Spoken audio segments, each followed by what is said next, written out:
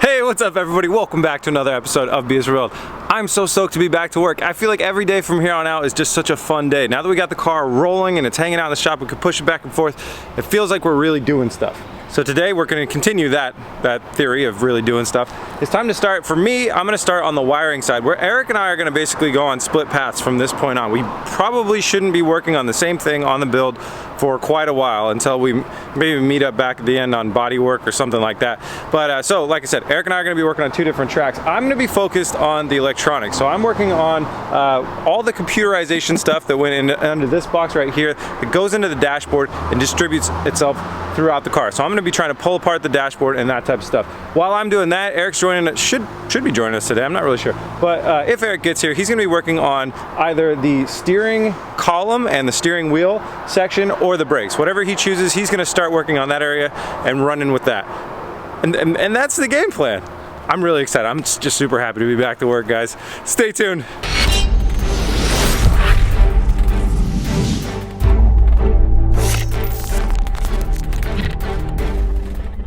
Although the outside of this car looks like hammered crap, which we will blow off and get rid of in a second, the inside is doing pretty well, considering it just sat here with the windows up. You know, it probably should. So I'm getting started here in the dashboard section today. Luckily, some crazy dude that loves tracksuits has already made a video about how to pull this whole dash section off, getting down pretty deep to fix an AC component. So I'm going to be following that video down to a T. Now, one thing that I have to make sure I'm doing very, very carefully is labeling everything. So you're going to see me pulling out a pen, writing down on masking tape. Anything that isn't obvious what it is has to be labeled, because you'd be really surprised. That's the thing that gets me more than anything on these crazy builds, is when you have a plug, you don't know what it does. It can be really hard to figure out what it does. So I'm going to watch that video one more time as a refresher, and then I'm going to jump into it.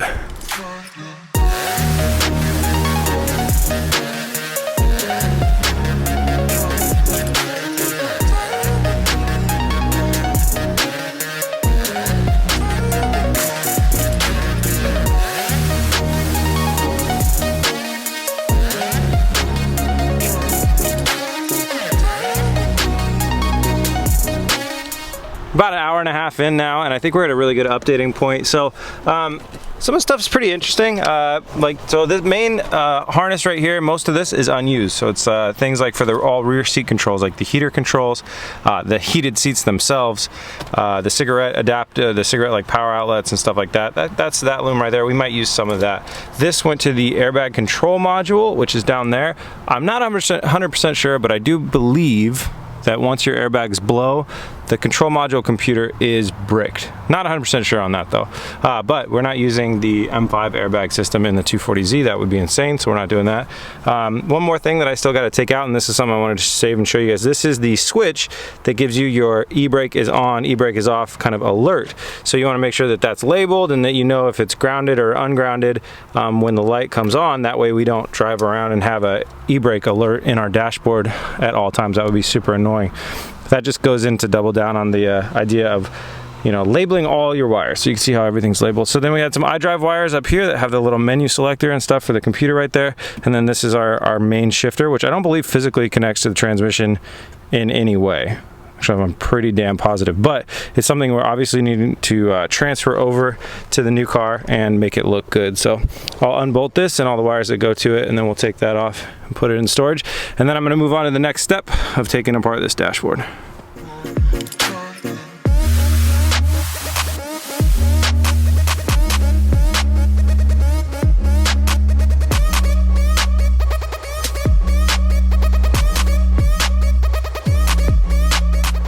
All right, may not look like it, but that is all clear. Next up, steering wheel removal.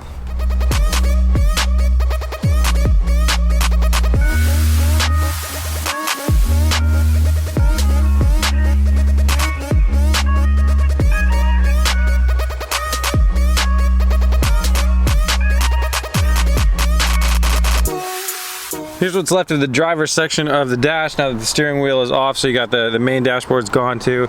Steering wheel is off. Let me show you the steering wheel. So the steering wheel itself is super solid. It's got a really good grip, really good feel to it. It's got a lot of controls that we really need. It's got the shifters for the paddle shifting, the M Sport mode. So all that stuff is super important that we keep. The big problem is that the center section airbag is all blown to smithereens. So I either got to buy a new airbag, or I was thinking it would be really cool, since we're not even running airbags. Like airbags are actually really heavy. Would be to just run this plastic section. So I was thinking about trying to get a centerpiece made out of carbon fiber, but I don't think anybody does that, because that would be silly if you actually had an airbag in there. So it's a pretty unique application. I don't know. So I'd love to get a new center section if possible, but the wheel obviously has got to be kept in good condition, and there's our dash too. Next up, it looks like we're going after this section and then this section. So I think this whole thing kind of pops out as one piece. I'll try and very carefully not break it. It looks like it's already got some stress over here, and then we'll go down and pull out this center section too.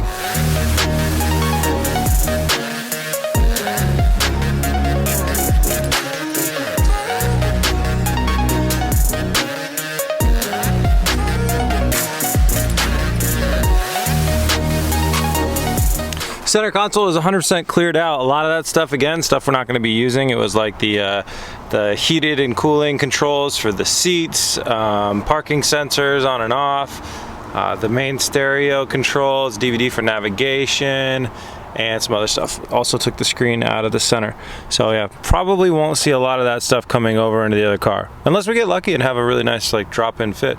The next thing that we got to do is get rid of all the stuff from like underneath both sides here. So we got whatever this stuff is, I mean, glove box, I know what that is, whatever's on the other side, and then that's going to give me access to a bunch of the bolts that actually hold the dashboard itself into the body of the car.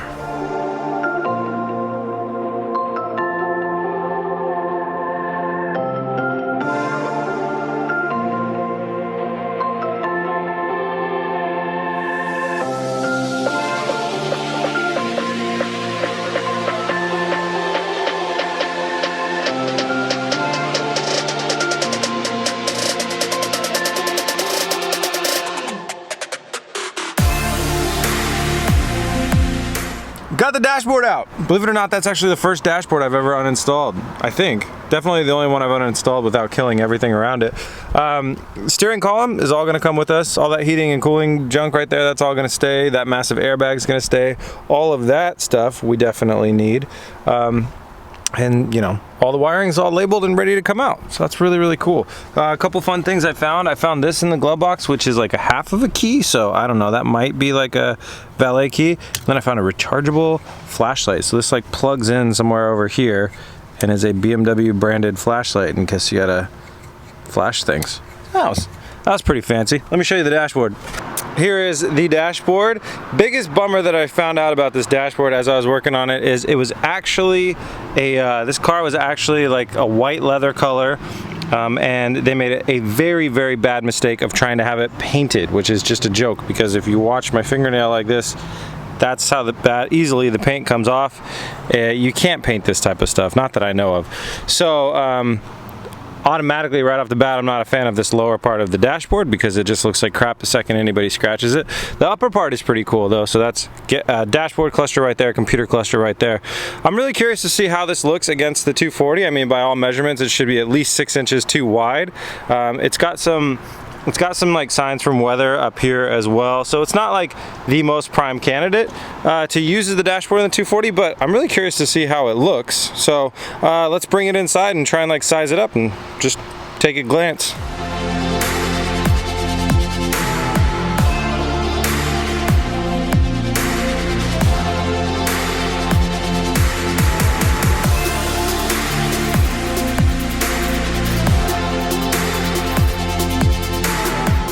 Okay, well this dash, I mean, no dash is gonna fit in here well. We put a roll cage in here, so that's obviously an issue. You gotta like, you know, notch out of the dash and stuff like that. But this dash, I'm really not seeing this overall being a fit that's gonna work. Mainly because, well, the fabric's ripped up here, so we would have to like somehow reupholster this whole thing. And then we would need to trim it, and then the trim lines kind of land in awkward spaces. Like there's something that goes here, I think an air vent that goes right here, it kind of lands in the middle, so you could go even further to the left over here. But then over here we have to trim some stuff too, right through the cluster panel that holds the headlight controls. It would definitely have to go like right through here. And if you don't do that and you leave all this, then that pushes the driver's dash like pretty far over to where the center won't straddle the engine and transmission anymore. So to be really honest with you guys, this is exactly what I was expecting to have happen once we push that engine like so far forward. I was pretty sure that there was no way that this dashboard was gonna work anyways. Luckily, the only things that we actually need are the headlight button, the start button, the dashboard, the instrument cluster, and that's it. All the stuff that was in here just doesn't even matter. So I think it would be better off like modifying or retrofitting some sort of other dash. Also, I was gonna say that the curvature of the car is much steeper of a curve than the curvature of the dashboard. So we'd be like really trimming into that stuff too. So I'm gonna do some research real quick. I think I got an idea.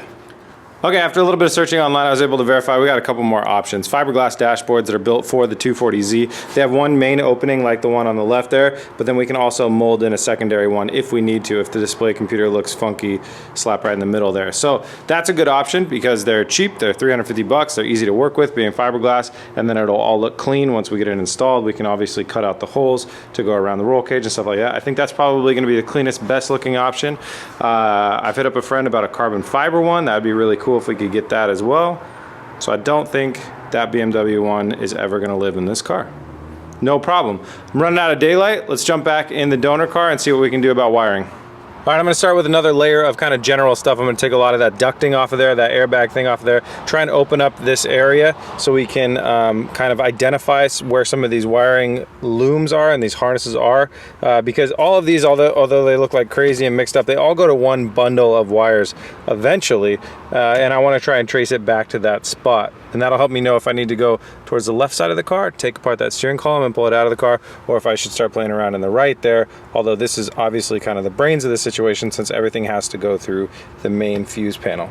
Well, not everything, but most things. Off we go.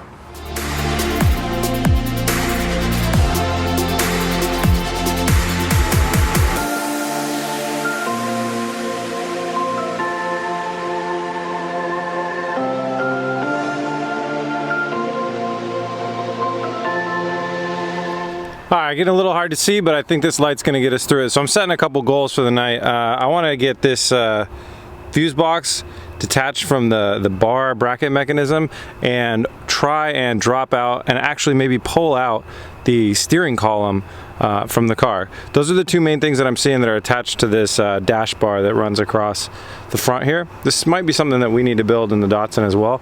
I'm not quite sure yet, but anyways, that's my goal. So the next thing I'm gonna go ahead and do is detach that whole fuse panel from all the bracketry that belongs to there.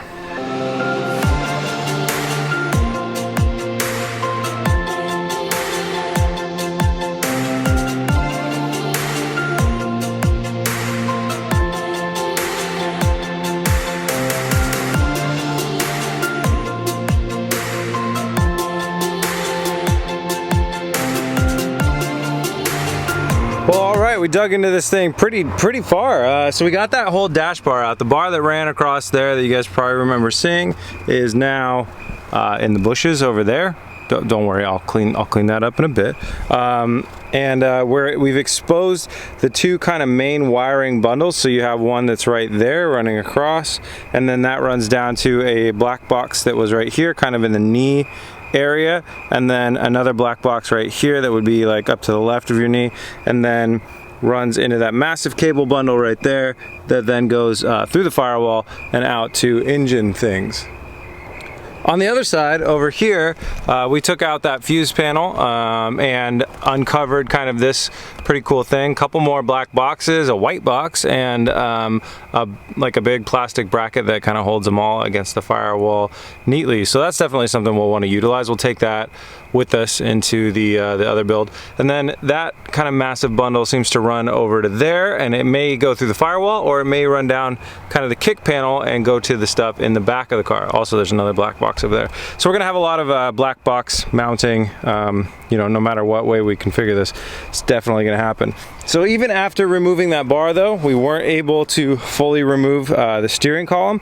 It's really like, I'm moving that with a lot of force, and it's really in here. So it must have a secondary bolting location that I haven't really been able to spot, but we'll get that thing, definitely get it out tomorrow. It's all unplugged, so it's all free. There's nothing left holding it in electronically. So it's just some sort of a mounting hardware thing on the other side. This is pretty damn cool. I'm really excited. This is super cool to have all of this stuff off, and it looks, I mean, it might look a little bit crazy, but actually to me it looks pretty manageable. We're just mounting quite a few black boxes, eliminating a lot of wires, and we should be good.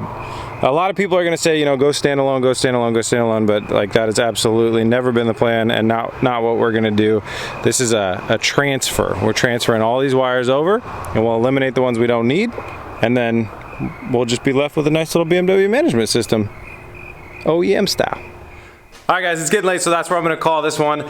Tomorrow we're gonna switch gears a little bit. Eric may be working on that. Eric didn't wanna come out today, but tomorrow he may stay working on that type of stuff, but I'm definitely gonna be focused more on the suspension side of things. We're gonna install the airbag suspension at kind of a static mode for the airbags, and then the actual wheels and tires on the car, and then we'll drop it down and see what like our final low ride height is gonna be and what our aired up ride height is gonna be. So that's gonna be really exciting for me. And I hope you join me then. I'll see you guys tomorrow.